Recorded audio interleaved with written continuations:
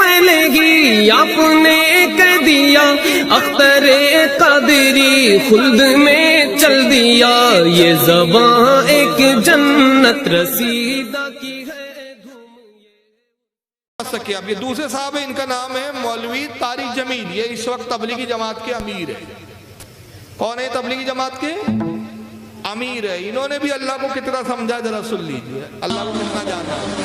پوری دنیا کے 700 کروڑ انسانوں سے جس محبت کا اللہ نے اظہار کیا ہے اس ایک لفظ میں، یا ایھا الانسان، یہ مجھے یوں لگتا ہے جیسے اللہ زمین پر اتر آیا ہو اور ایک ایک کے کندھے پکڑ کے کہہ رہا ہو، کیا کر رہے ہو، کیا کر رہے ہو، یا ایھا الانسان، او میرا بندہ، میں تو تیرا رب تھا، تو نے مجھے کیوں چھوڑ دیا؟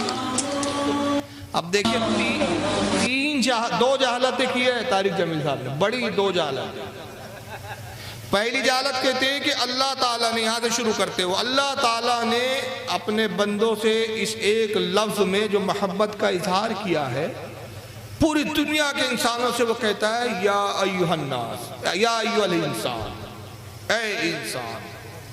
تو یہ محبت، جس محبت میں اس نے انسان کو مخاطب کیا، مجھے یوں لگتا ہے کہ وہ زمین پر اتر آیا ہے اور ایک کے کندھے پکڑ کے کہہ رہا ہے کیا کر رہے ہو۔ تو پہلا کفر یہ کہ اللہ آنے اور جانے سے پاک، آتا اور وہ ہے جو غیر حاضر ہو، سمجھ رہے نا؟ اللہ آنے سے پاک، جانے سے پاک، وہ اپنی مخلوق پر باخبر، جب اس نے کچھ پیدا نہیں کیا تھا تب بھی موجود تھا، جب زمین نہیں بنائی تھی تب بھی تھا، وہ حدودوں میں سمانے سے پاک ہے، یہ عقیدت توحید ہے۔ وہ جب سمانے میں پاک ہے تو آئے کہاں سے؟ جب آئے تو کہیں اور نہیں ہے، کہیں غائب ہے، تو وہ غائب بھی نہیں ہے، غائب ہونے سے بھی پاک۔ لیکن یہ کہتے ہیں ایسا لگتا ہے نہیں، اللہ زمین پر، آسمان سے زمین پر آ گیا اور پھر آیا نہیں، کیا کر رہا ہے؟ ایک ایک کے کندھے پکڑ کے کہہ رہا ہے کیا کر رہے ہو، کیا کر رہے ہو؟ اور پھر اللہ بندوں سے کہتا ہے او میرا بندہ، میں تو تیرا رب تھا، تو نے مجھے کیوں چھوڑ دیا؟ یعنی اللہ کو پتہ ہی نہیں ہے کہ اس نے چھوڑا کیوں۔ یہ اللہ اس سے بھی غافل کہ یہ بندے نے میرا ذکر کیوں چھوڑ دیا، میرا تذکرہ کیوں چھوڑ دیا، میرا نام کیوں نہیں لیتا، تو یہ اللہ کو بھی لا علم بتا رہے ہیں، نعوذ باللہ من ذالک۔ اور آئیے اب ایک تیسری ویڈیو کلپ دیکھ لیجئے، اس میں انہوں نے اللہ کو خادم تک بتا دیا، اللہ کو ایسا پیش کیا جیسے کوئی نوکر اور غلام کو پیش کیا جاتا ہے۔ یہ جنت کا تذکرہ سناتے ہیں، اس میں کیا کہتے ہیں ذرا سن لیجئے۔ کہ سب سے چھوٹے جنتی کو 80,000 نوکر ملیں گے، 80,000،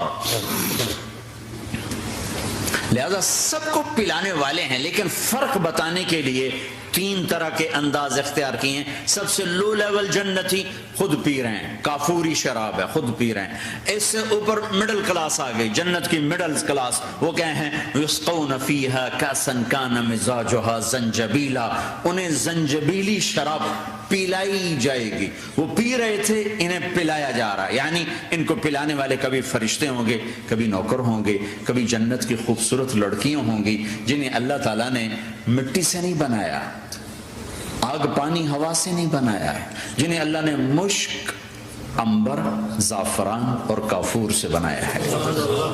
ان 4 چیزوں سے بنایا ہے، مٹی نہیں ڈالی، مشک، عنبر، زعفران، کافور۔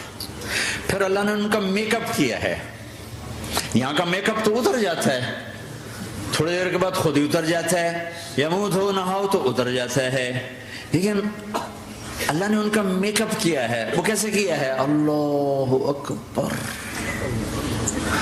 اپنے چہرے کے نور میں سے ان کے چہروں پر نور ڈالا ہے۔ اپنے جہالت دیکھیے پہلے، کتنی ساری جہالت۔ اللہ نے حوروں کو بنایا، حوروں کا میک اپ کیا، یعنی ان کے نزدیک وہاں بیوٹی پارلر ہے۔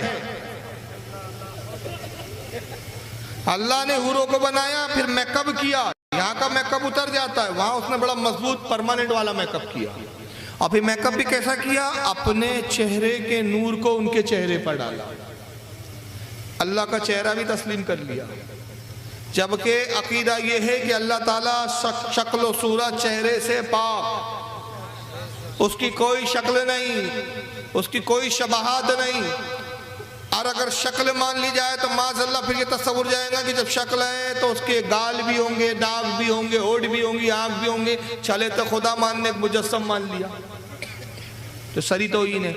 تو کہتا ہے کہ اللہ نے اپنے چہرے کا نور حوروں پہ ڈالا. یہ پہلی توہین. اب اس کے بعد آگے بات بڑی ان کی اور پھر مزید توہین کی. چہرے کے نور میں سے ان کے چہروں پر نور ڈالا ہے. اللہ نے اپنا نور ان کے چہروں پر ڈالا. وہ ایسا میک اپ کیا ہے کہ ہر لمحے وہ حسن بڑھتا جا رہا ہے, بڑھتا جا رہا ہے. خالی ایک پتے کو دیکھنے میں بھی وہ لذت ملے گی کہ ساری کائنات تمہیں ملے تو وہ تمہیں لذت نہ ملے. تو کہاں جنت کی لڑکی, اس پر اللہ نے اپنے چہرے کا نور ڈالا. تو یہاں پلانے والے کون ہیں؟ جنت کی لڑکیاں, جنت کے خادم فرشتے. ایک وی وی آئی پی کلاس ہے, وی وی آئی پی کلاس. اس میں اکثر غریب لوگ ہوں گے, اکثر. تو وہ وی وی آئی پی کلاس میں اکثر غریب لوگ ہوں گے, مالدار بھی ہوں گے جنہوں نے اللہ کو راضی کیا.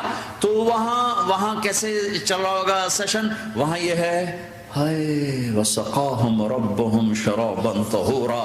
وہاں اللہ خود پلا رہا ہو, وہاں اللہ خود پلا رہا ہو. آؤ آؤ, تم نے برمنگم میں روکا, یہ لے میرے ہاتھوں سے لے, یہ لے اپنے رب کے ہاتھوں سے پی, یہ لے. ایک وی آئی پی سیشن ہوگا وہ کہتے ہیں وہاں پر, جہاں بڑے امپورٹنس لوگ ہوں گے. اب وہ کون ہوں گے؟ دنیا میں غریب تھے لیکن وہاں پر بڑے امپورٹنس لوگ ہوں گے, وی وی آئی پی ویری ویری ویری امپورٹنس لوگ ہوں گے. تو وہاں شراب کا دور چل رہا ہوگا. تو شراب کیسے پی رہے ہوں گے؟ وہ خود نہیں پی رہے ہوں گے, وہاں اللہ خود پلا رہا ہوگا. جام سرائی لے کے خود آ جائیں گا اور خود اپنے ہاتھوں سے دے کے بولیں گا لے لے لے میرے ہاتھ سے پی. برمنگم میں نہیں پیا تھا. برمنگم ایک فارن کنٹری ہے جہاں پہ تقریر کر رہے. تو نے برمنگم میں نہیں پیا تھا, لے آج اپنے رب کے ہاتھ سے پی. ہمارا مطالبہ ہے کہ کیا آپ رب کے ہاتھ مانتے ہو؟ معاذ اللہ استغفر اللہ. ہاتھ سے پاک ہے نا, لیکن انہوں نے خدا کو جسم مانا ہے, چہرہ بھی مانا, ہاتھ بھی مانا. دیکھتے جائیں کیا کیا مانتے جا رہے ہیں. ہاتھ بھی مان لیا, اور ہاتھ ہی کے ساتھ نہیں مانا بلکہ یہ اللہ یہ کہیں گا لے اپنے رب کے ہاتھ سے بھی. یعنی اگر وہ اتنا کہہ دیتے تو تعبیر نکل جاتی کہ بھائی اللہ اپنے ہاتھ سے پلائے گا, چلو بھائی دست قدرت مراد ہے ان کی. لیکن وہاں بعد میں جملے پہ زور دے رہے, کہتے اللہ یہ کہیں گا لے برمنگم میں نہیں پیا تھا, برمنگم میں تجھے منع کیا تھا, روک کے رکھا تھا, آج اپنے رب کے ہاتھ سے پی. اور آیت کریمہ کیا انہوں نے تلاوت کی جس میں پوری آیت میں یہ کوئی لفظ ہے ہی نہیں ایسا جس کا ترجمہ یہ کیا جائے کہ لے اپنے رب کے ہاتھ سے پی. انہوں نے سورہ دہر کی آیت پڑھی. سورہ دہر کے اندر قرآن میں اللہ نے ارشاد فرمایا وَسَقَاهُمْ رَبُّهُمْ شَرَابًا طَهُورًا. اب اس کا سیدھا سادہ ترجمہ تو یہ ہے کہ اللہ فرماتا ہے کہ اور انہیں پلائیں گا ان کا رب شرابً طہورا, صاف ستھری شراب. ہاتھ کا تو ذکر ہے ہی نہیں. اور رب پلائیں گا, اگر اس سے کوئی سوچے کہ بھئی رب پلائیں گا تو ہاتھی سے پلائیں گا, تو جناب اس کا یہ مطلب نہیں ہے جیسے میں آپ سے کہوں آپ میرے گھر تشریف لائیے, رات کا کھانا میں آپ کو کھلاؤں گا. تو آپ کیا سمجھو گے اس سے کہ میں رات کا کھانا کھلاؤں گا مطلب آپ کو میں اپنے ہاتھ سے کھلاؤں گا اور آپ ہاتھ باندھ کے بیٹھے رہیں گے؟ نہیں بھائی, کھانے کا انتظام میں کروں گا لیکن کھانا آپ کو اپنے ہاتھ سے. تو شراب تو اللہ کی مخ پیدا کردہ ہوں گی, اللہ کی نعمت ہوں گی, شراب اللہ کی عطا کردہ ہوں گی, لیکن پینا کیا ہے؟ آپ کو اپنے طور پر پینا ہے, اللہ اپنے ہاتھوں سے نہیں پلائیں گا. تو یہ شراباً طہورا کی جو ترجمہ انہوں نے لیا اور یا وہ وَسَقَاهُمْ کا جو ترجمہ لیا, تو اس سے مراد صرف یہ ہے کہ اللہ کی شراب اللہ عطا فرمائیں گا اپنی نعمت کو. یہ کوئی آیت کا مفہوم بنتا ہی نہیں کہ اللہ اپنے ہاتھ سے پلائے گا. یہ انہوں نے مفہوم بھی پیدا کر دی تھی. اور اس کے بعد پھر بات آگے بڑھی تو اور گستاخی بڑھی ان کے. پھر میرے ہاتھوں سے لے, اپنے رب کے ہاتھوں سے پی.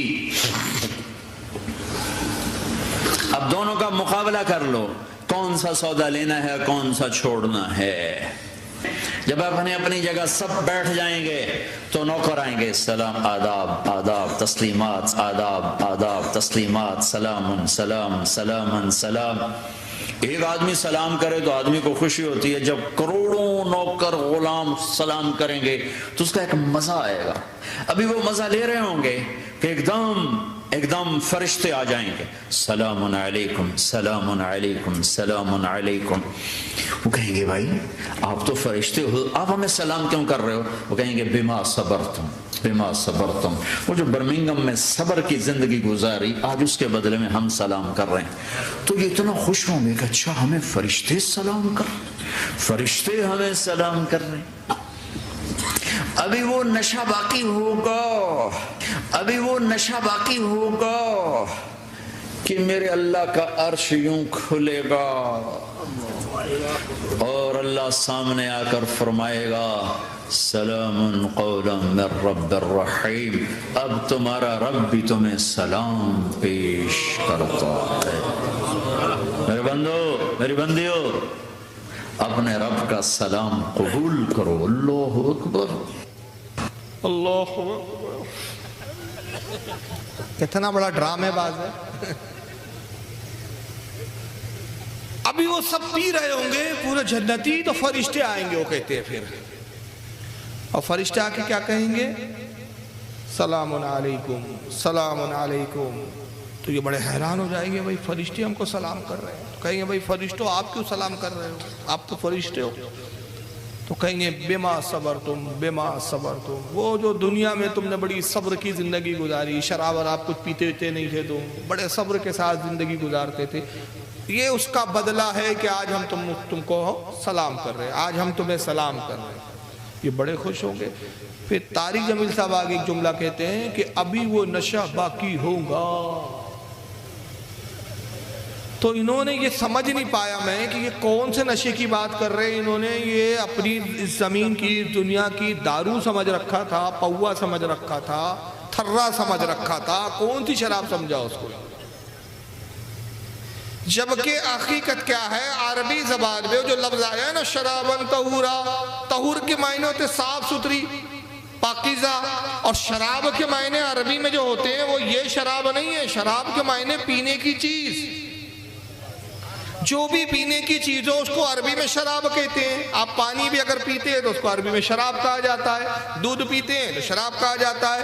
شربت پیتے ہیں تو شراب کہا جاتا ہے. یعنی جتنے لیکوڈ فارم کی چیزیں لکوڈ میں ہوتی ہے ساری چیزوں کو شراب کہا جاتا ہے. تو وہ یہ والی شراب نہیں ہے جس میں نشہ ہے.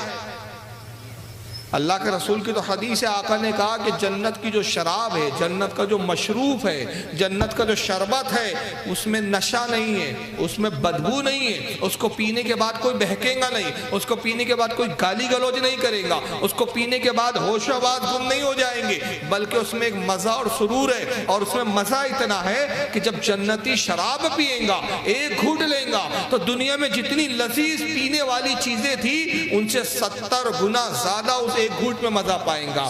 دوسرا گھونٹ لیں گا تو جو پہلے گھونٹ میں اس کو مزہ ملا تھا اس سے 70 گنا زیادہ مزہ بڑھ چکا ہوگا. پھر وہ تیسرا گھونٹ پیے گا تو جو دوسرے گھونٹ میں اس کو مزہ ملا تھا اس سے 70 گنا زیادہ مزہ بڑھ چکا ہوگا. چوتھا گھونٹ پیے گا تو جو اس کو تیسرے گھونٹ میں مزہ ملا تھا اس سے 70 گنا زیادہ بڑھ چکا ہوگا. آقا فرماتے جنت کی نعمتوں کو زوال نہیں، جنت کی شراب کو زوال نہیں. جنتی پیتا رہے گا، پیالے میں دیکھیں گا تو وہ اتنی کا اتنا ہی، جب تک چاہیں گا پیئیں گا، جب دل بھر جائیں گا رکھ دیں گا، دوسری چیز لے لیں گا. سبحان اللہ. یہ جنتوں کی نعمتوں کا ذکر ہے. لیکن طارق جمیل صاحب کو لگا یہ دنیا والی شراب ہے تو کہتے ابھی وہ نشہ باقی ہوگا. سب بیوڑے بیٹھے ہوئے ہیں ٹن میں جھوم رہے ہیں. ابھی وہ نشہ باقی ہوگا کہ میرے رب کا عرش یوں کھلے گا. ابھی کیسے کھلے گا؟ کیا معاذ اللہ اللہ عرش کے اوپر بیٹھا ہوا ہے، عرش میں مقید ہے، عرش میں قید ہے. خالق کائنات جب عرش نہیں تھا تب بھی موجود تھا. بے شک سبحان اللہ. عرش کو فنا کر دیں گا تب بھی موجود ہوں گا. نہ وہ عرش میں مقید ہے نہ قید ہے. یہ توحید ہے. لیکن ان کے مولوی لوگوں کو توحید نہیں معلوم. تو اندازہ لگائیے کہ جب جماعت کے امیروں کا یہ حال ہے تو ان جماعت کے غریبوں کا حال کیا ہے. سبحان اللہ. عرش کا دروازہ کھلے گا. اللہ اکبر. یا رسول اللہ. زندہ باد زندہ باد. تو کہتے ہیں عرش کا دروازہ یوں کھلے گا. ارے یوں اور وہ کچھ نہیں کھلنے والا. وہاں